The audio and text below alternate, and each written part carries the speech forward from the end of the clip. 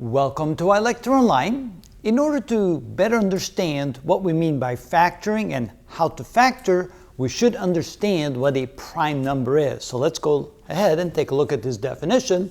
A prime number is a positive integer that can only be written as a product of 1 and itself.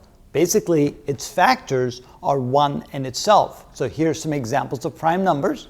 The number 5 can be written as 1 times 5, but there's no other combination of factors that when you multiply will give you 5.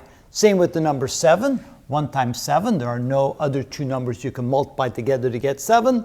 13 is 1 times 13. 41 is 1 times 41. Again, those two numbers cannot be written as a product of any other two numbers.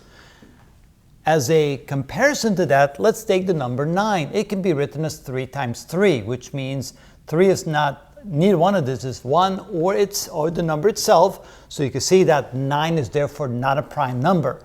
Same with the number 24. We could write it as 2 times 12, or 2 times 2 times 6, or 2 times 2 times 2 times 3.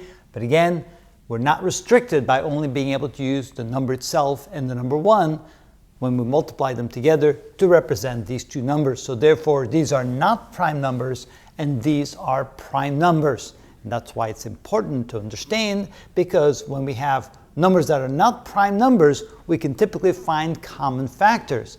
When we have prime numbers, it's much more difficult to find common factors, and that's the real reason why we need to understand the difference between these numbers.